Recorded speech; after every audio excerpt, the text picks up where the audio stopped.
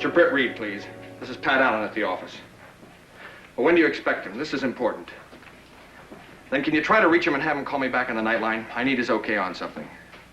No, it can't wait till morning. Look, I'm sitting on a hot story and I have to have his permission to break it wide open. Yeah. Okay. I'll be right here.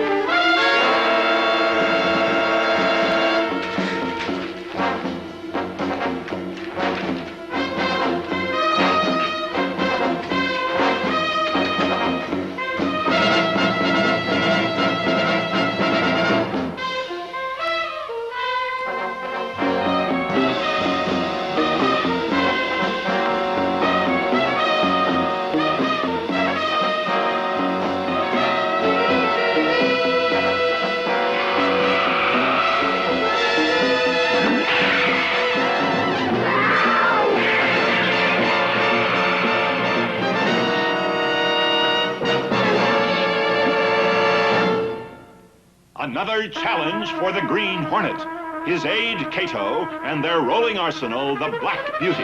On police records, a wanted criminal, the Green Hornet is really Britt Reed, owner-publisher of the Daily Sentinel. His dual identity known only to his secretary and to the district attorney. And now, to protect the rights and lives of decent citizens, rides the Green Hornet.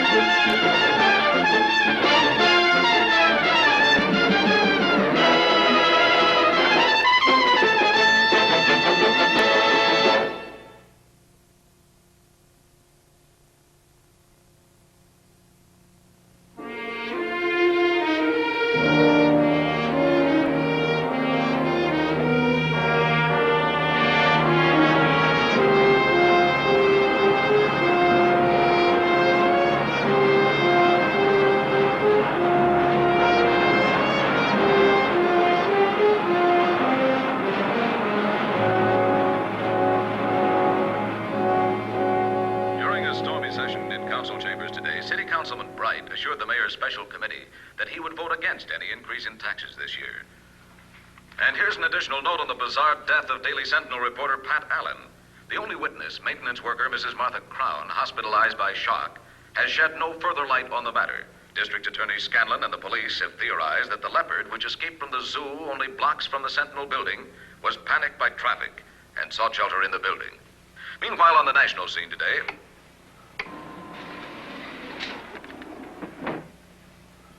how could the leopard have gotten to the city room 8 floors above the street? And why would it kill Pat Allen? That's something we have to find out. How's Mike taking it? Badly. He's in there now cleaning out Pat's desk.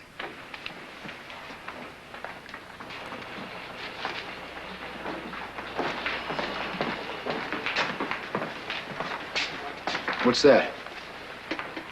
On a huge walled estate near Danforth. All that's left of Pat Allen. The rejected lead line. Shouldn't we save that for the police? What for? They've already closed the file on this case. Accidental death indeed. When was the last time you saw a leopard accidentally wander into a city room and kill a reporter? Easy, Mike. We all feel as bad about this as you do. I never had a son. Pat Allen came as close to being that as anyone could. He was really keyed up about that story he was working on. I wonder what it was. Cato said when he... Where'd that come from? It fell out of this package of cigarettes. They were Pat's. What is it? Looks like a miniaturized transmitter. Type that are used in space capsules. I told you can't disturb I've got to tell him he's all wrong about this. What's this all about, Miss Kate? Well, I tried to stop him, Mr. Reed. So you're Mr. Reed. Flora would never have done a thing like this. Mr. Melvin is the leopard keeper at the zoo. And I want to tell you that Flora couldn't have killed your reporter. couldn't. Well, she's 18 years old, Mr. Reed. She's lost most of her teeth, and her claws are worn down to nubs. If she were still in the jungle, I don't think she'd be alive. She was mighty lively last night. Did you write this story? So happens I did. Why? I've lived with these animals all my life, and none of them would hurt anyone. That's something poor Pat Allen might find hard to believe. The boy was just starting a great career, and it went out that window with him. Thanks to your leopard. Oh, Mr. Reed? Mr. Reed? Where will you be? At home. I'll be back in about an hour. Well,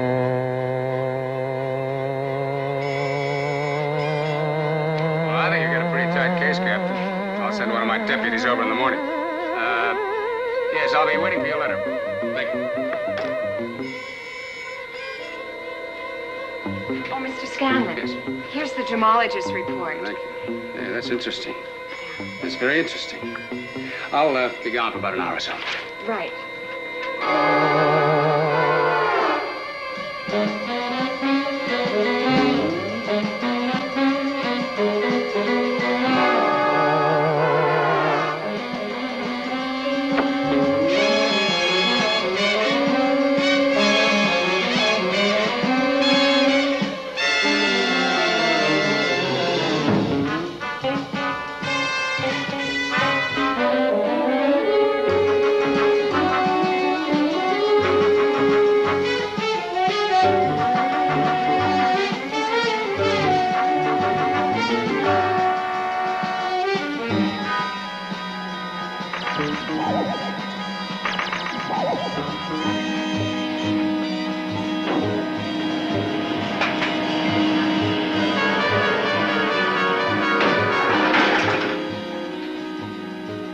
If you hadn't buzzed me, I would have called you.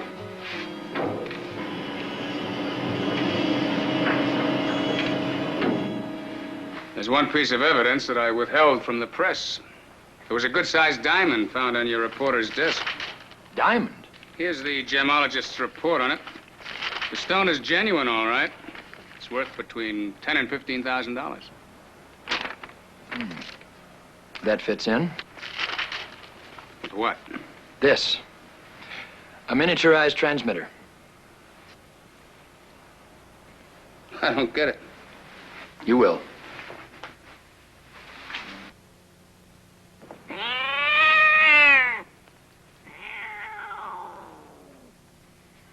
Now, do you understand? Should I? Mr. Reed's residence is Miss Case.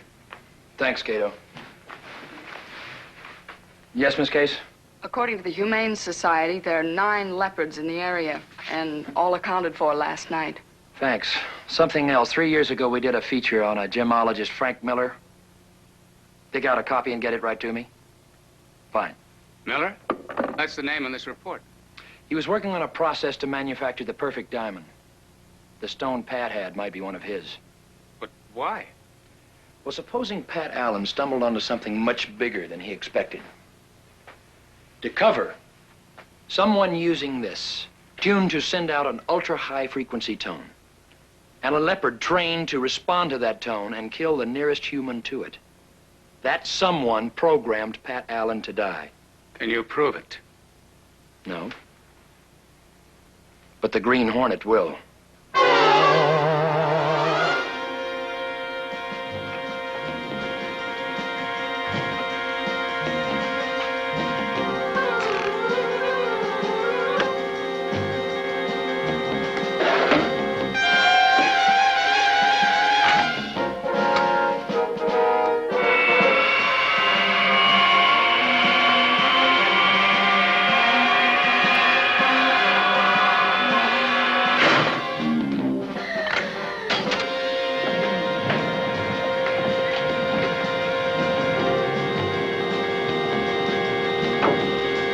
Check the scanner, Cato.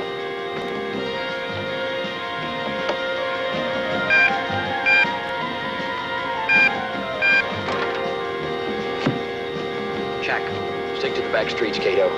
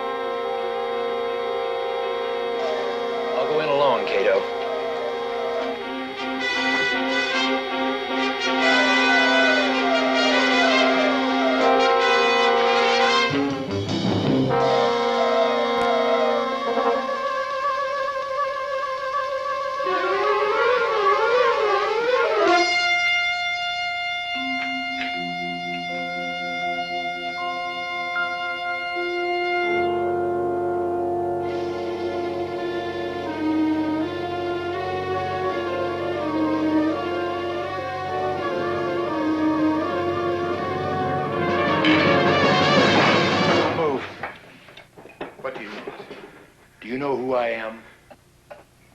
The Green Hornet. I'm here to make you a proposition. What would you want with me? This. How are you progressing with it? I gave that up long ago. You're lying, Miller. Please. If I perfected the process, would I be living like this? You might. If you were waiting for the ideal plan to exploit it. I could flood the world diamond market with your perfect imitations. I could make you millions. Millions. Millions. Come with me.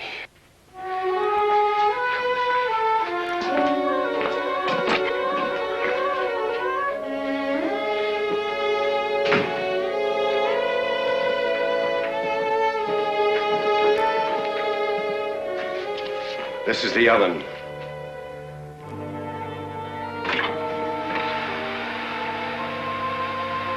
Fragments of worthless carbon, pieces of coal. I expose them to the same heat they would experience close to the Earth's core. Of course, I prepare them chemically first, rendering them singly refractive, the mark of the pure diamond. And at these early stages of my scientific methodology, this is the final step.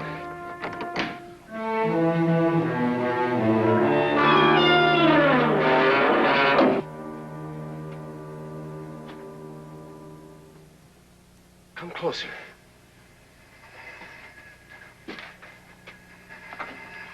This is the final step. 50 degrees below zero. They're beautiful, aren't they? Don't touch them. No. Their extreme cold would rip the flesh from your hands. I'll get you something that you can handle them safely. Let me get one for you.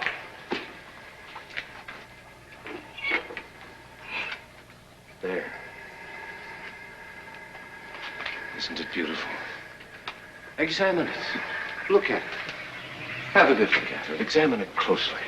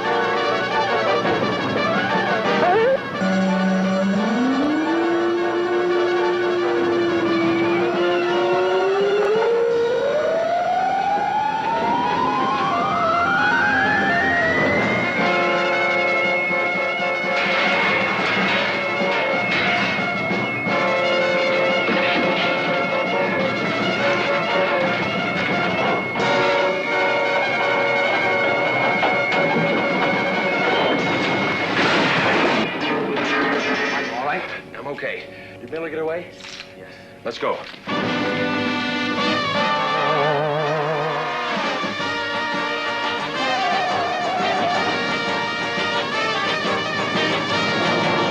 Cato, activate the scanner generator. Activated.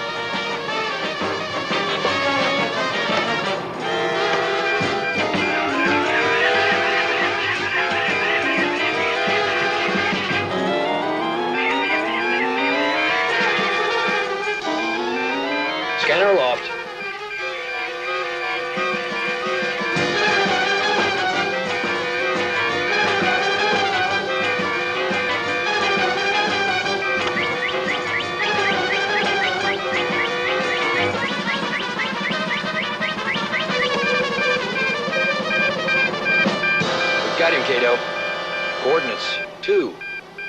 47, and 19. Let's go.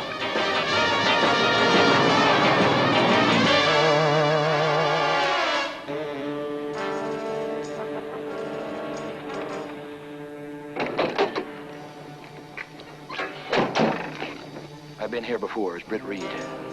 The widow of Bella DeLukens lives here. He was one of the wealthiest diamond merchants in the world.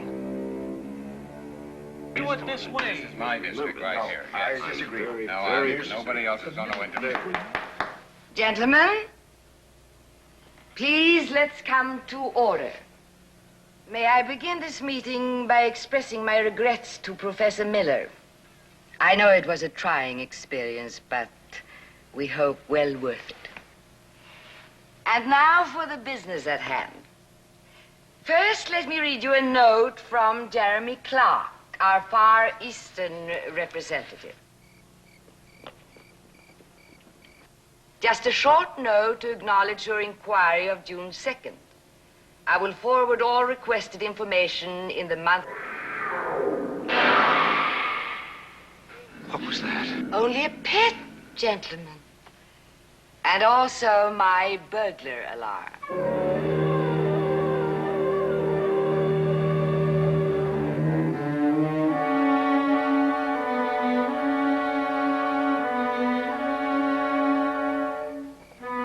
And so, by including Professor Miller's diamonds in the shipments of my late husband's genuine merchandise, we can improve and increase profits 1,000-fold.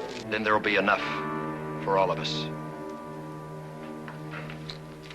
You told me you got rid of him. I thought I had. The Honorable Mr. Miller. Please.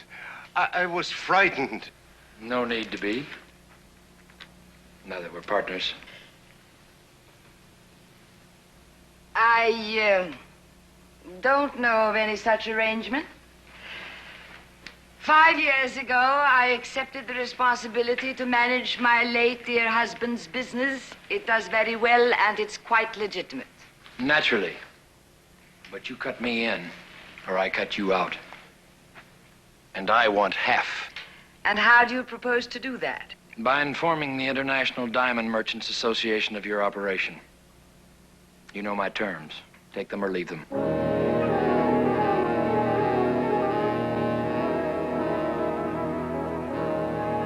Gentlemen, the Green Hornet leaves us little choice. I'm afraid we must yield to his demands. Let me go, you gorillas. I'm just out for my evening stroll. Now, who is this man? His name is Axford. He's a reporter for the Daily Sentinel. The Green Hornet, eh? I should have known you were involved in this. It seems your plan wasn't as secret as you thought it was. Not by a long shot. You don't go around killing reporters and get away with it. Besides, you left a trail a Cub Scout could follow. Oh, now really, Mr. Axford, you're being too modest. It must have taken a keen investigator to uncover us. How did you find us? Easy. Knowing the cops had closed the case, I went to Pat Allen's apartment and shook it down real good. And what did you find there? A piece of paper in one of Pat's jackets hanging in the closet. And your name on it. And the address of one of those electronics outfits. They told me you bought quite a few of those transmitters. Didn't take much guessing to figure out who planted one of them on Pat. In any case, all this information is going to die with you, Mr. Axford. Don't count on that. My boss, Britt Reed, is pretty clever. If I can pick up the pieces, he sure can too. That is a chance we'll have to take. You kill a second reporter, you've got big trouble. That's a chance I'd be pleased to take. My first contribution to our partnership. Why, you... Let go! Let go! You can't turn me over to the Green Hornet. I don't mind dying, but if someone's got to kill me, let it be anyone but him.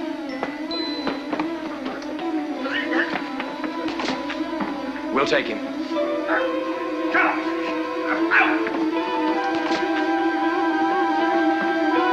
I'll be in touch. Partners. Nothing to concern ourselves about, gentlemen. That partnership will be dissolved in a matter of moments, you see. My young man planted one of those transmitters in Mr. Axford's pockets.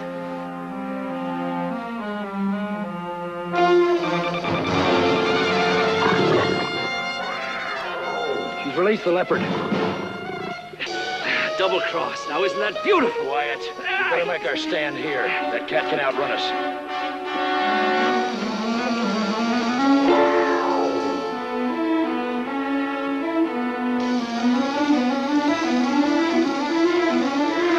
Axford, come back.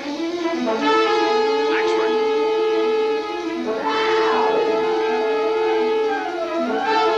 Axford. Axford, the cat's after you.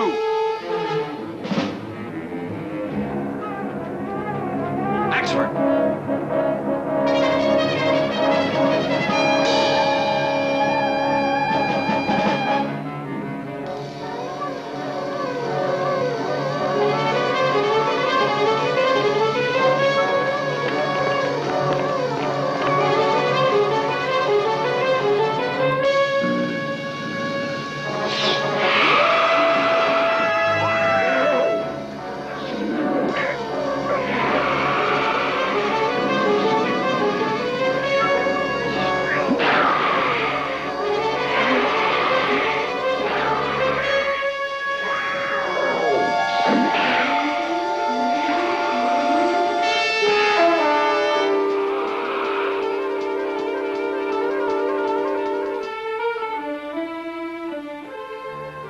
You'll be all right. You just got a whiff of the gas.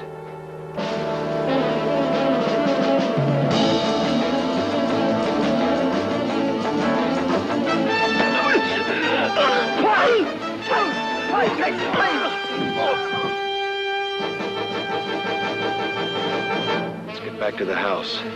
The time has come to end a beautiful partnership.